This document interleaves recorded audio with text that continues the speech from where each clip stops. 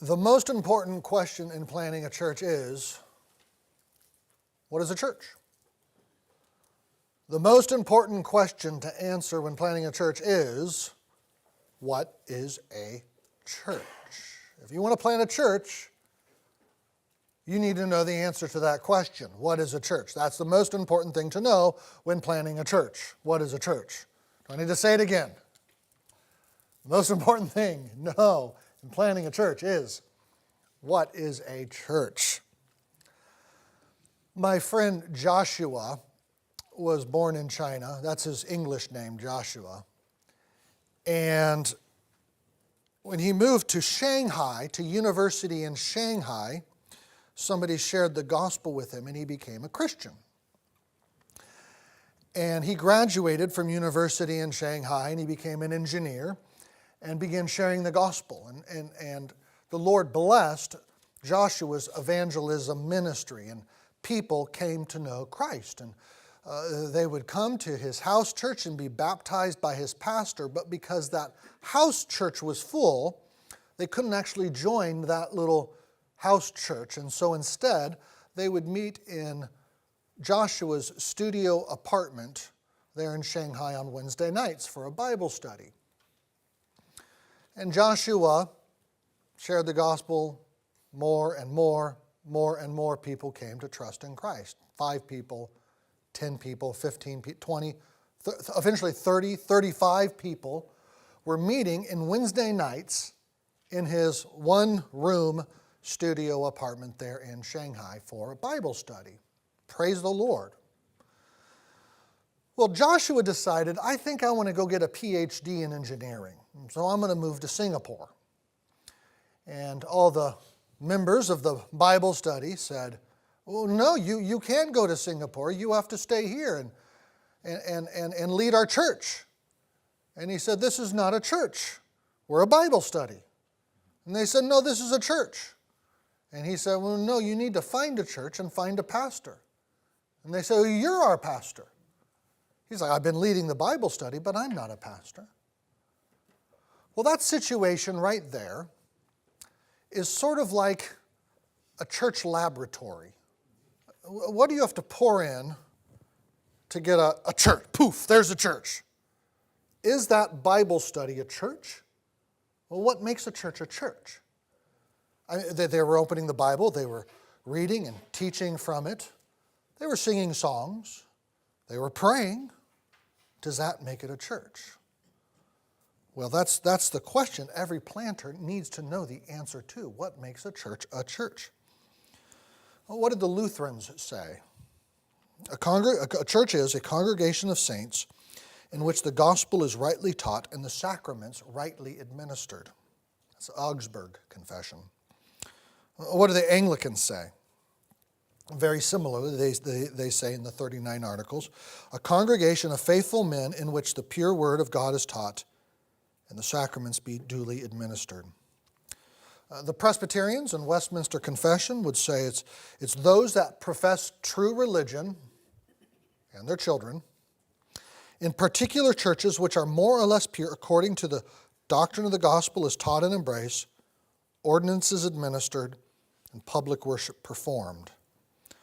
And then the Baptists in the First London Baptist Confession would say a church is a company of visible saints called and separated from the world by the Word and the Spirit of God to the visible profession of the faith of the gospel, being baptized into the faith and joined to the Lord and each other by mutual agreement in the practical enjoyment of the ordinances.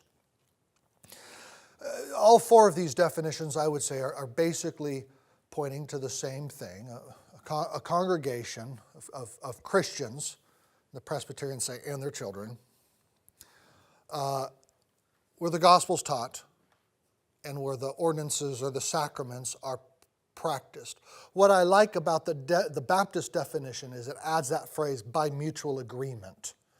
Now, I would say that's implicit in the first 3 definitions, that when you're giving the ordinances in a Lutheran, Anglican, Presbyterian, There's an agreement that they should be given.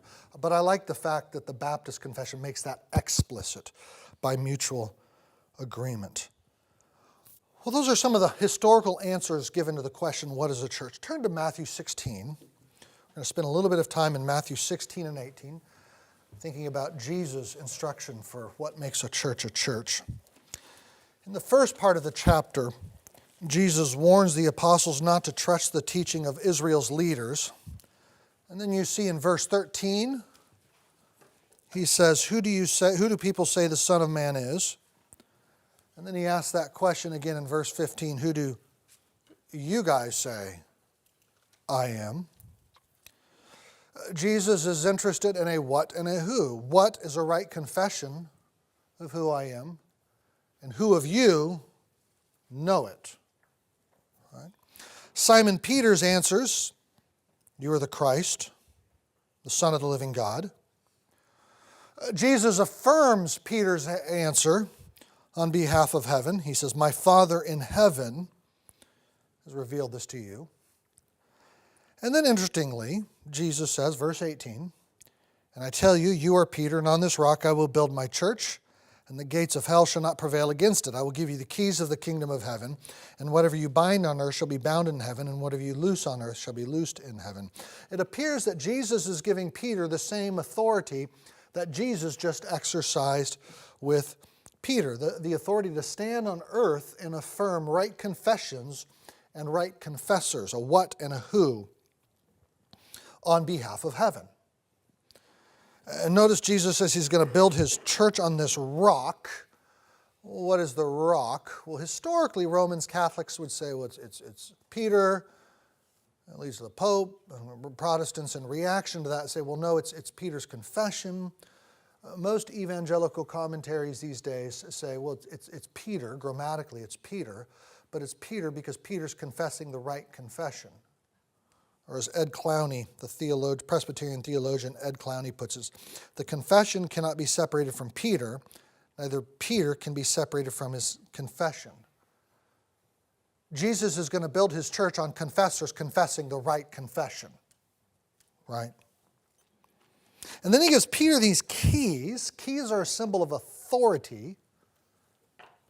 But do these keys open and shut? Well, more specifically, they bind and loose. They bind and loose on earth what's bound and loosed in heaven. What is binding and loosing? Well, it's a rabbinic way of talking about interpreting the law and then rendering judgment on a case of the law. So the rabbis would have debated, when did Moses say a woman can get divorced or a man can get divorced? And these circumstances, those circumstances, when they would interpret Moses' law, and then they would render a judgment on that law. This man can or cannot divorce this woman, or this woman, this man. So they interpret, and then they apply in an act of judgment. Again, there's a what does the law say? And there's a who. How does it or does it not apply to them?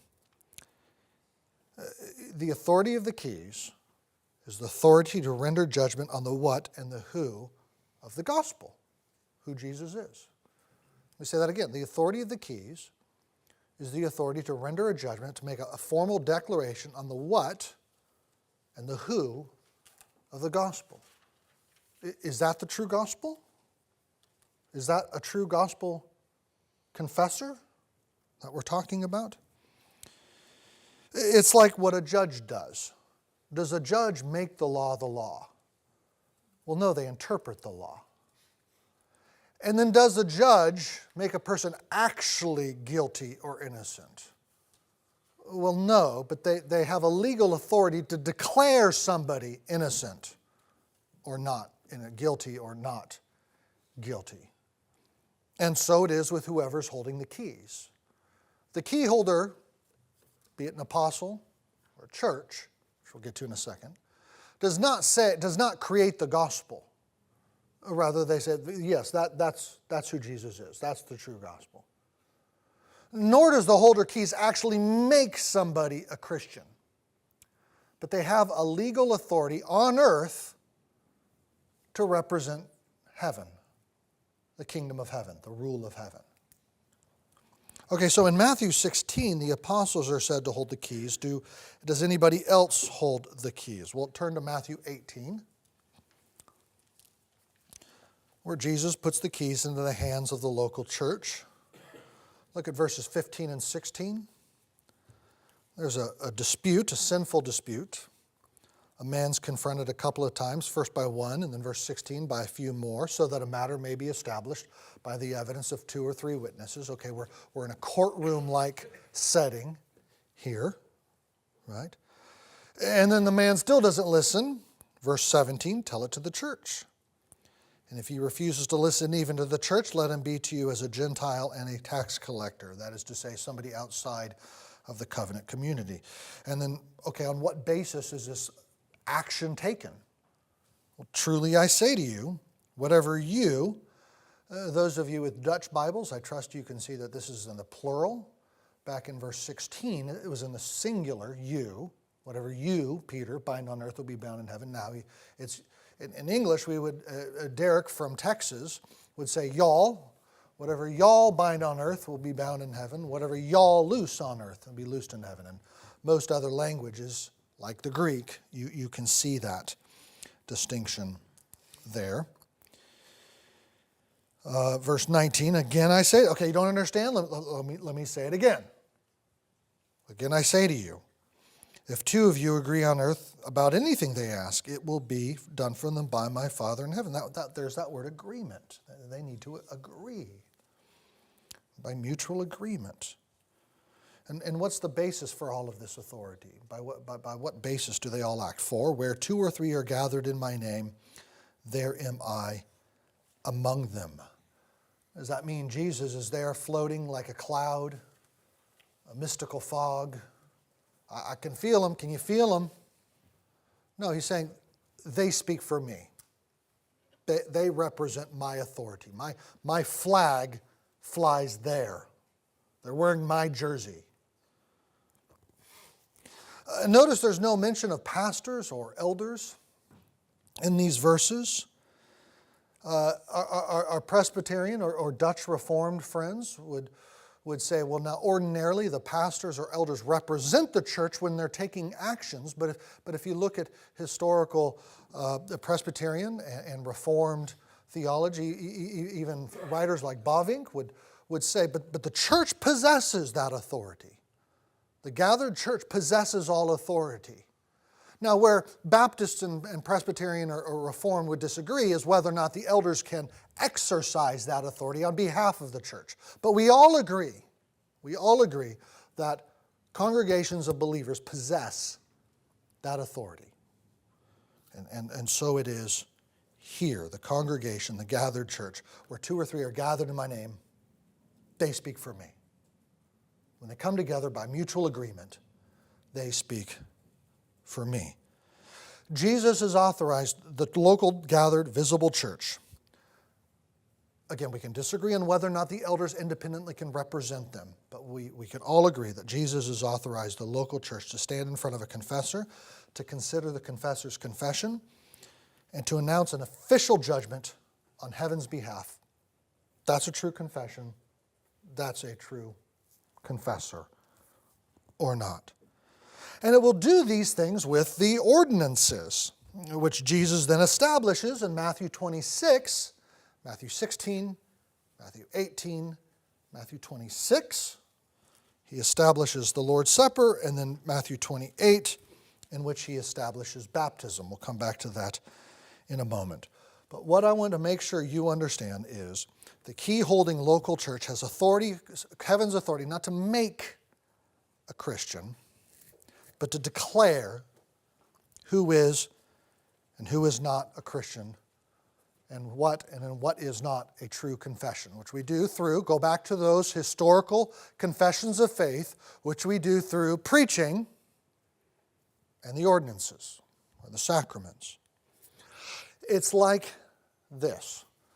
When I was in college, I spent 5 months in Brussels, Belgium, working in the European Parliament, and while I was there, my passport expired. So I went down to the U.S. Embassy there in Brussels, and I handed them my expired passport, And they did their work, and they handed me a new passport. Did they make me an American citizen on that day? Well, no, I was already an American citizen. But did they have an authority I do not possess as an individual American citizen to declare me, before the nations, to declare me a U.S. citizen? Well, yes, they did. Well, in the same way, what is a local church? It's an embassy, an outpost, an embassy of, not America, not Nigeria, not Japan. It's an embassy of the kingdom of heaven, rendering judgments on the what and the who of the gospel, through holding the keys of the kingdom. The local church is an embassy of God on planet Earth. It doesn't make people Christians, but it hands out those passports and publicly declares who is God's, who is Christ's on planet Earth. So when does the Bible study become a church? When does this brand new gathering of people, this plant, become a church? Well, it's when they begin to preach the gospel and practice the ordinances in mutual agreement.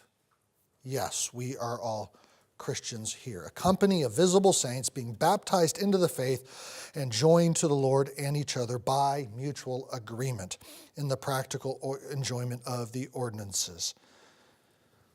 A Bible study, think about it. A Bible study is a voluntary society. You can come, you can not come. Doesn't matter. It's something you're interested in. We come together around a shared interest in reading the Bible. A Bible study has no requirements for your life if you do come. I'm sleeping with my girlfriend. You shouldn't sleep with your girlfriend. Well, I'm going to sleep with my girlfriend. Okay. A Bible study does not involve a shared family name, Christian, brother, sister. There's no accountability inside of it. You can come, you can go, you're on your own, right? Whereas when you step into, I can walk. I'm a little tired. It's 1 a.m. for me right now, or 2 a.m. When you step into a church, you step into an accountability structure. You step into an organized gathering. You take the family name, brother, sister, Christian, right? There's a requirement for you to come. Do not forsake the assembling of yourselves, right, says the author of Hebrews. There's an expectations of how you live. I'm sleeping with my girlfriend. Well, you can't do that. Well, I want to do that. Well, if you continue to do that, we're going to have to remove you as an act of discipline, which we'll think about more in the next session. In other words, moving from Bible study into church is a significant thing. There's a job involved. And we all have a job to do in caring for one another inside of this family structure. When I was a child, I have 3 siblings, and we would go places, and my grandma would always say to us as we get out of the family van and we go into some place, my grandma would say, "Now make sure you act like a Leeman." Now, for some reason, Grandma thought that being a Leeman meant something. We did our best to prove her wrong, but you understand what she meant, right? To be a Leeman means something. Okay, well, to be a Christian means something when you take the family name.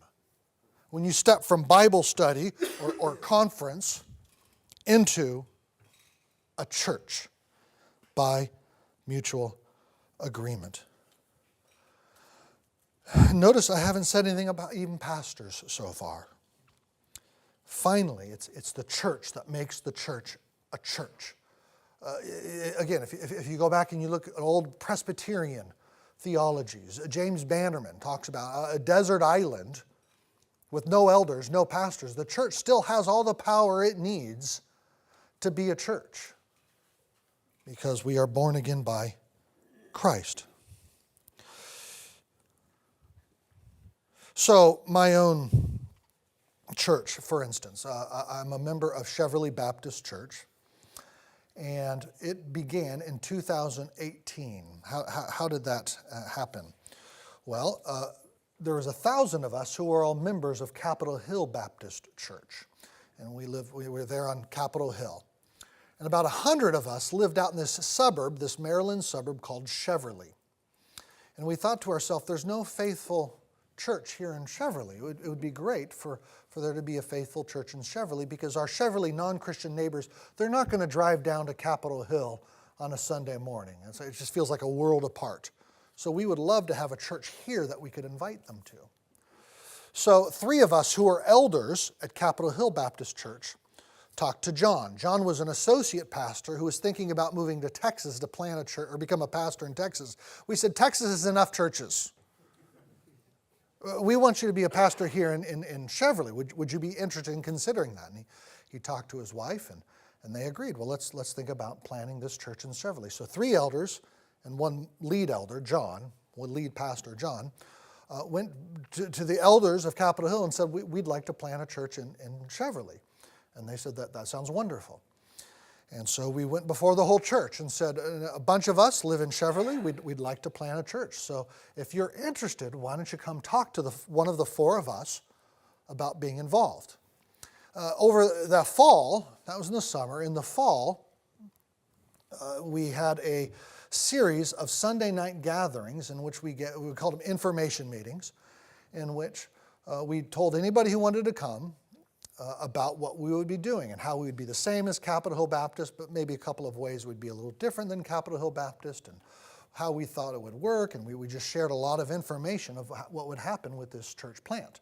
And we continued to encourage them, hey, come talk to us if you have questions about this and if you're interested. And in the main church at Capitol Baptist, during our prayer services and during services, we would make announcements, and we would invite the whole congregation, all 1,000 people, to be praying for us and involved in it.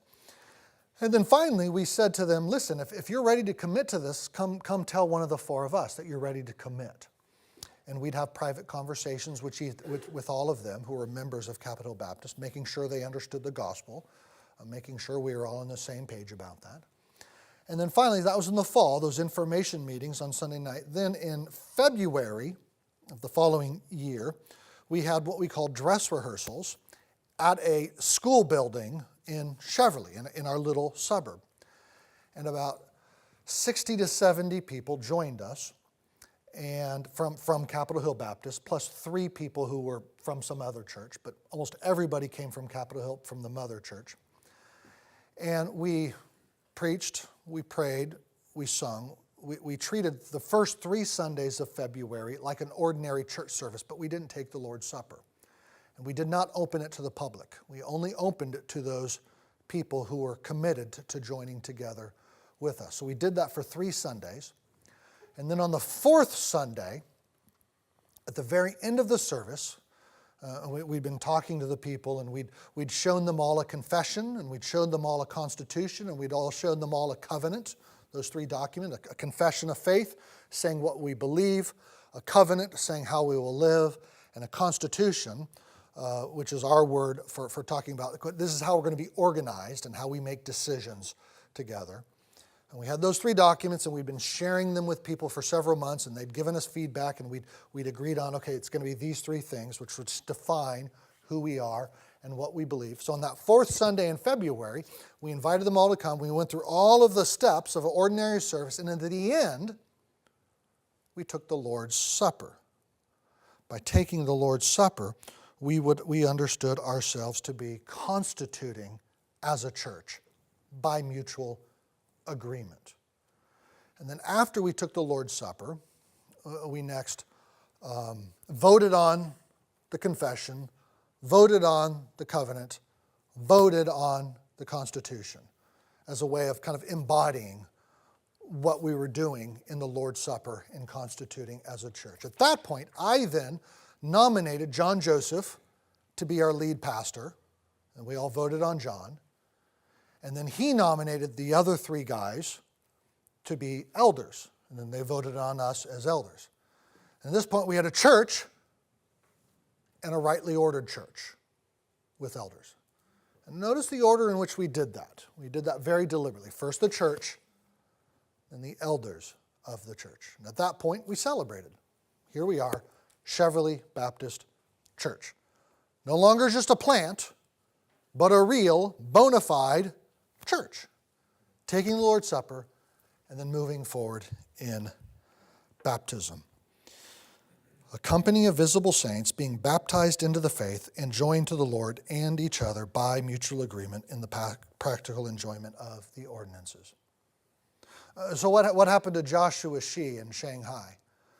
Well, he was going to leave and do a PhD in Singapore, as I said, but they prevailed upon him to not go do a PhD and be an engineer, but to stay in Singapore. And so he did. And they moved from Bible study into church by beginning to meet on Sundays instead, and by beginning to practice the Lord's Supper and baptizing. And poof, they were a church.